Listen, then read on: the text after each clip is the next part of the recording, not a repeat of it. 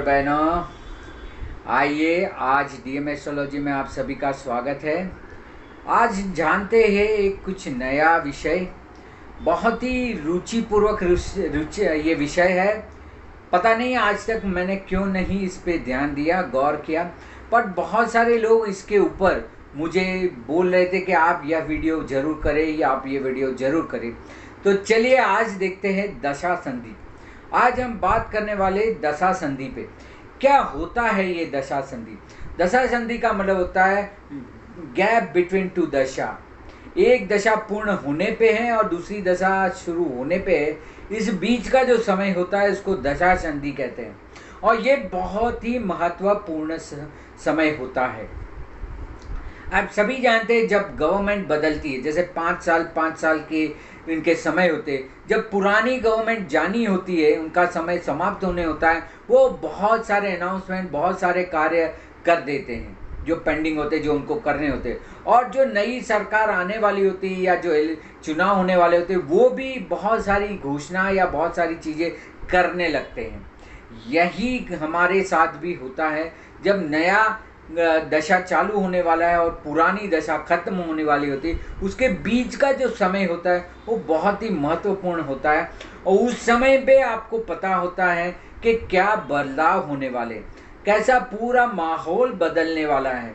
क्या होता है कि एक ग्रह एक हिसाब से अपने भावों की, अपने स्थानों की, कारकों की फल दे रहा होता है और दूसरी तरफ जब बदलता है तो पूरा माहौल बदल जाता है। हम सभी जानते हैं कि दशाएं 36 प्रकार की होती है। कोई चंद्र के बेस होती है, कोई नक्षत्र, कोई राशि, कोई ग्रह के बेस में कालचक्र दशा, अष्टोत्तरी, विंशोत्तरी और बहुत सारी दशाएं, योगिनी दशा। सो ऐसी 36 प्रकार की दशाओं में सबसे महत्वपूर्ण होती है विंशोत्तरी दशा, जो चंद्र के आधारित होती है। सो यहाँ पे आपका चंद्र भी बहुत जान देने वाला है। अब यहाँ पे दशा में आप देखेंगे तो दो चीज़ें आपको समझ में आती है। आप मेरा दशा सीक्रेट का भी वीडियो देख सकते हैं, सीक्रेट ऑफ दशा, इसमें भी ये सारी चीज़ें मैंने समझाई है।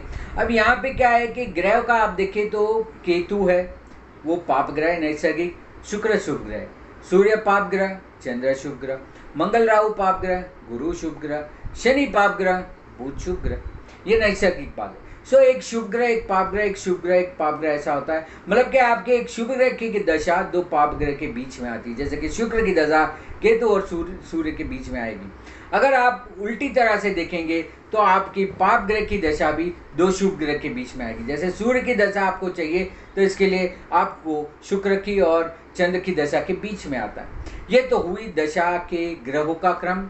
अब दशा के वर्ष के ऊपर अगर आप ध्यान देंगे तो वहाँ पे भी एक सीक्वेंस है, छोटी बड़ी छोटी बड़ी। अब केतु की दशा छोटी है तो शुक्र की बड़ी, सूर्य की छोटी है तो चंद्र की बड़ी, मंगल की छोटी है तो राहु की बड़ी, गुरु की छोटी है तो शनि की बड़ी और बुध की छोटी। इस तरह से छोटी बड़ी दशा भी है। अब जब कभी आप छोटी दशा पूर्ण करते हैं तो आपकी बड़ी दशा शुरू होती है। उस बड़ी दशा का असर 6 मास प्रारंभ में ही उसका फल आना चालू हो जाता है। जबकि जब छोटी कोई दशा शुरू होने वाली होती है वो 3 महीने पहले से अपनी असर दिखानी चालू करता है। सो आज हम देखेंगे कि कौन सी दशा के पूर्णाति पे, कौन सी दशा की शुरुआत में किस तरह का फल मिलता है। सो हम देखेंगे कि जब कभी कोई छोटी दशा पूर्ण होने वाली होगी उसके 6 महीने पहले से ही आने वाली दशा का प्रभाव बनना चालू हो जाएगा और जब कभी बड़ी दशा पूर्ण होगी और छोटी दशा उसके पीछे चालू होने वाली होगी उस समय पे 3 महीने पहले उसका असर बनना चालू होगा। चलिए तो देखते हैं किस तरह से है। पहला क्रम आता है केतु और शुक्र का। आपके लिए कोई भी क्रम हो सकता है, पर वैसे परंपरा की और कालपुरुष के हिसाब से पहली दशा हम केतु और शुक्र की मानते हैं। सो केतु दशा का शुरुआत, केतु दशा का पूर्णावधि और शुक्र दशा की शुरुआत। अब केतु में आखिर में आता है बुध और शुक्र में पहले शुरू होता है शुक्र। ये बहुत ही अच्छा समय है। केतु दशा का अंत और शुक्र दशा का प्रारंभ अब ये 6 महीने पहले से चालू हो जाएगा। तो केतु में जब बुध होता है और यह बुध आने वाले शुक्र के साथ अच्छा योग बनाता है, दोनों परम मित्र है, इसलिए केतु दशा का पूर्ण दशा कैसे भी गई हो, उसका आखिरी समय होता है वो अच्छे से अच्छा ही होता है। सो जैसे केतु दशा समाप्ति है, आप उस समय पे ड्राइनेस से बाहर आ जाते हैं और शुष्क जीवन से बाहर आके अब आप शुक्र के ऊपर, क्योंकि आपका दिमाग चलने लगता है बुध की दशा में और वो शुक्र को वेलकम करता है और आपके जीवन में भौतिक सुख आरंभ हो जाते हैं। सो यह बहुत ही अच्छा कॉम्बिनेशन है जबकि केतु, बुध और शुक्र जुड़ते हैं। उसके बाद दूसरा कॉम्बिनेशन बात करते हैं शुक्र और सूर्य के बीच में। अब शुक्र में आखिरी दशा केतु की होती है और सूर्य का आरंभ सूर्य से होता है। अब ये बड़ी दशा से छोटी दशा पूर्ण हो रही है। सो बड़ी दशा से छोटी दशा पूर्ण होने में 3 महीने पहले से इसकी असर होनी चालू होती है। तो जब शुक्र में केतु खत्म हो रहा है तो आपका जो भौतिक सुख का बहुत सारा सुख जो भोगा है उसे आसक्ति होने लगती है। केतु आपके जीवन में वो सारी चीजें फिर ड्राई कर देता है, अब उससे आपको कोई फीलिंग नहीं होती। अब केतु में, शुक्र में जब केतु खत्म होता है उसी समय सूर्य आरंभ होता है, तो व्यक्ति थोड़ा आध्यात्मिक की ओर चल पड़ता है, थोड़ा अपने आत्मा की सुनना चालू करता है और भौतिक चीज़ों से थोड़े विरक्त हो जाते हैं। तो इस तरह से आपका केतु, शुक्र और सूर्य की दशा में यह एक कॉम्बिनेशन होता है कि आपको मटेरियलिस्टिक थिंग से थोड़ा स्पिरिचुअलिटी, थोड़ा सोल कॉन्सेप्ट पे ले जाता है, थोड़ा आत्मा की ओर ले जाता है, या जो जोड़ी बनाता है केतु। तीसरी दशा की बात करें तो सूर्य चंद्र की। सूर्य में आखिरी समय शुक्र का होता है और चंद्र का आरंभ चंद्र से होता है। अब ये बड़ी दशा है तो अब 6 महीने पहले से इसकी असर होनी चालू हो जाएगी। तो सूर्य में जो आपने आपके आत्मा के लिए कार्य किए थे वो आखिर में आपको भोग की तरफ ले जाता है, शुक्र की ओर। सो वही आत्मा का सुख भोगने लगते हैं और फिर मन भी इसमें शामिल होता है। देखिए, सूर्य आपका आत्मा है, शुक्र भोग है, भौतिक सुख है और चंद्रमा उसकी अनुभूति है। सो उस समय पे आपकी अनुभूति होनी चालू होती है।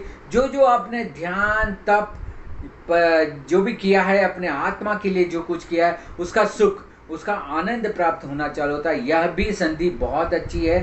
चंद्र और शुक्र भी आपस में एक अच्छी फीलिंग्स, अच्छे विचार, ये सब पैदा करता है, तो यह भी एक अच्छा है। चौथी दशा की बात करेंगे तो चंद्र मंगल की बात होती है। चंद्र के आखिर में सूर्य की दशा होती है और मंगल के आरंभ में मंगल होता है। अब यहाँ पे चंद्रमा की फीलिंग्स से आप सूर्य की ओर आखिर चले और मंगल की ओर जाएंगे। अब देखिए, सूर्य और मंगल जब जुड़ते हैं तो कहीं ना कहीं स्पार्क होता है, क्योंकि ये अंगारक योग है, दोनों अग्नि तत्व के हैं। तो इस समय पे थोड़े फीलिंग्स, बहुत सारे जो मानसिक विचार है, कल्पना है, आपने जो मानसिक सुख भोगा है उसका थोड़ा बहुत असर आपके आत्मा के ऊपर आता है और साथ साथ में ये अब मटीरियलिस्टिक थिंग्स की ओर जाता है। थोड़ा एक क्लैश जैसा चीज़ होता है, क्योंकि एक विचार है और एक एक्शन है, एक घटना है। मंगल को हम घटना कहते हैं, हकीकत कहते हैं, जबकि चंद्र कल्पना है। तो कल्पना से हकीकत में जाने का एक एनलाइटमेंट चंद्र, सूर्य और मंगल के कारण हमें मिलता है। ये भी एक सामने रहते हैं अच्छा कॉम्बिनेशन। पांचवी दशा की बात करें तो ये है मंगल राहु की। अब देखिए, मंगल में आखिर चंद्र का समय आता है और राहु से चालू होता है।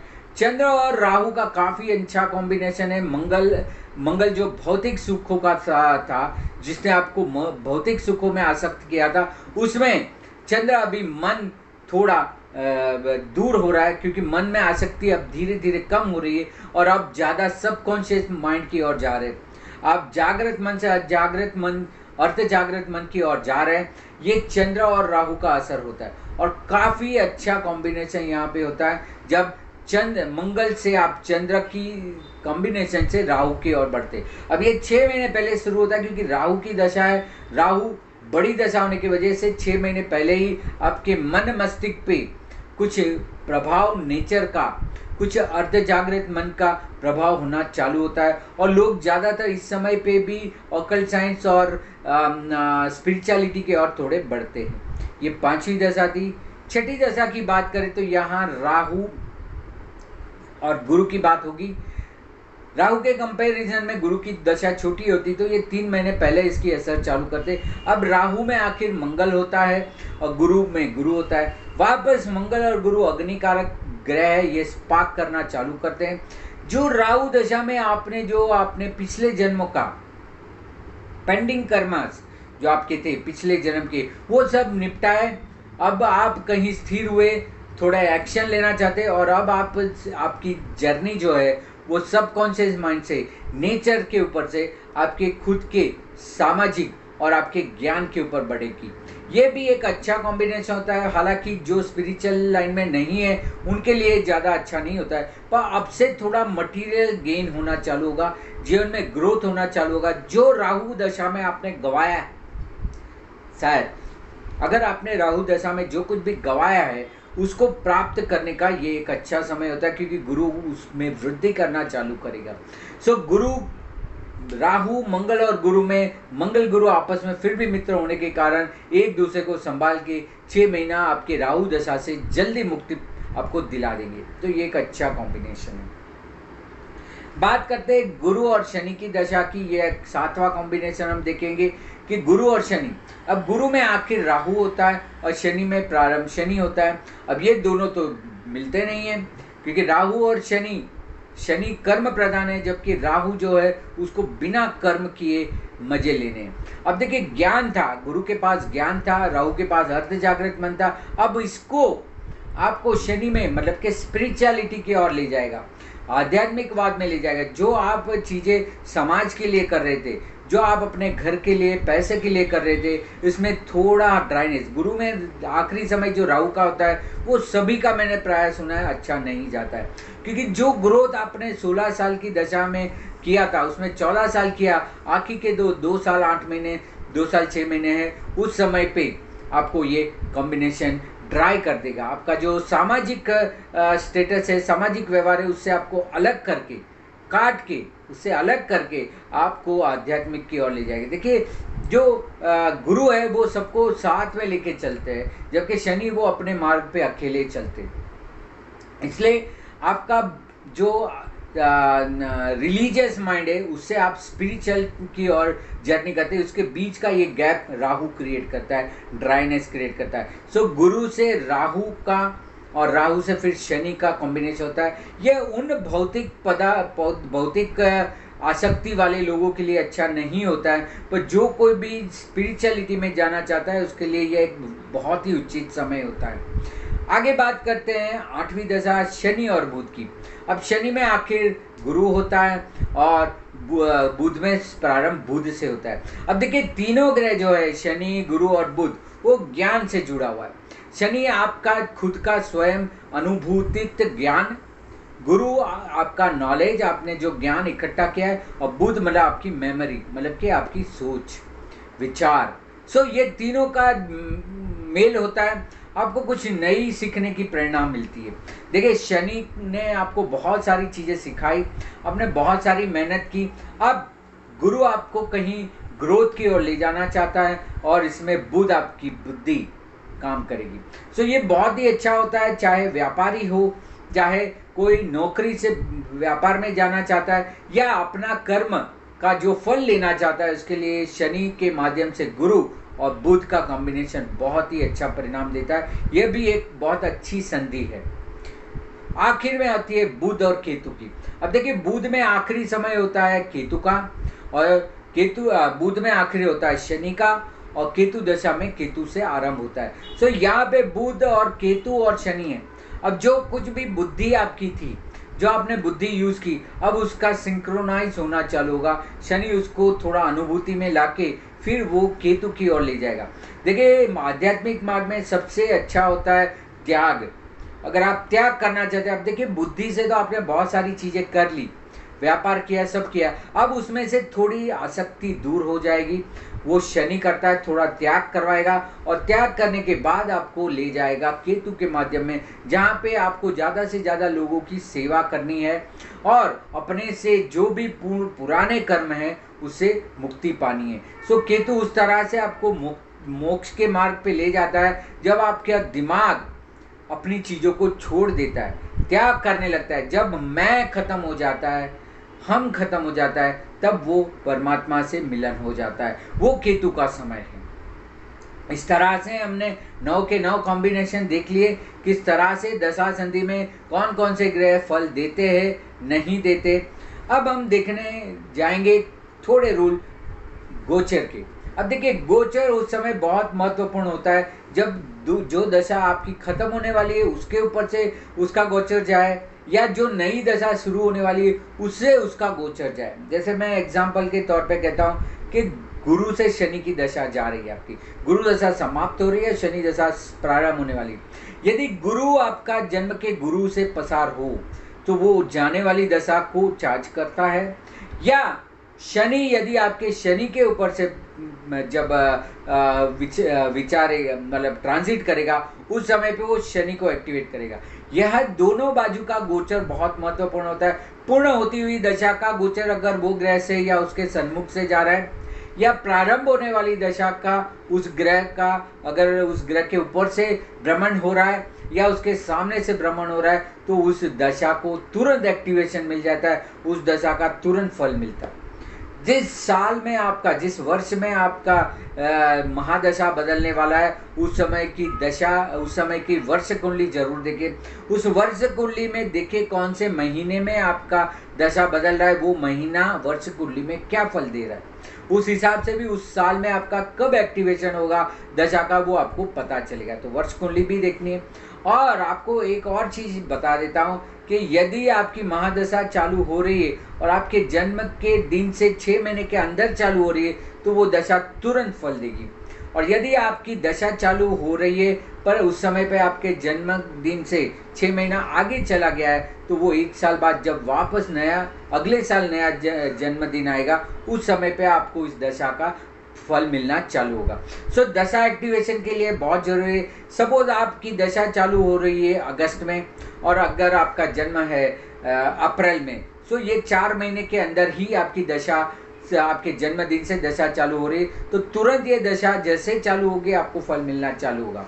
और यदि आपका जन्म अप्रैल में और दिसंबर में आपकी दशा बदल रही है, तो समझ लीजिए कि अगले अप्रैल में, दिसंबर के बाद के अप्रैल में जब आपका जन्मदिन आएगा, तब आपको इस दशा का फल मिलेगा। तो ये कुछ छोटी छोटी जानकारी थी, दशा संधि की जानकारी थी, बहुत ही महत्वपूर्ण थी। आप जरूर इसको अपनी कुंडली में देखिए और देखिए कितने शुभ फल आपको मिलते। सो ये दशा संधि का वीडियो था, आप जरूर इसको एक्सपेरिमेंट करिए। और ज़्यादा जानकारी के लिए यहाँ दिए हुए नंबर पे आप मुझे संपर्क कर सकते हैं। आप फेसबुक से और इंस्टाग्राम से भी मुझसे जुड़ सकते हैं। ये सभी जगह पे और भी मार्गदर्शन और चीज़ें मिलती है। सो आशा रखता हूँ, उम्मीद करता हूँ कि यह वीडियो आपको बहुत ही पसंद आया होगा। आप इसका ज़्यादा से ज़्यादा उपयोग करेंगे और फल प्राप्त करेंगे। इसी उम्मीद के साथ, इसी आशा के साथ, धन्यवाद, नमस्कार।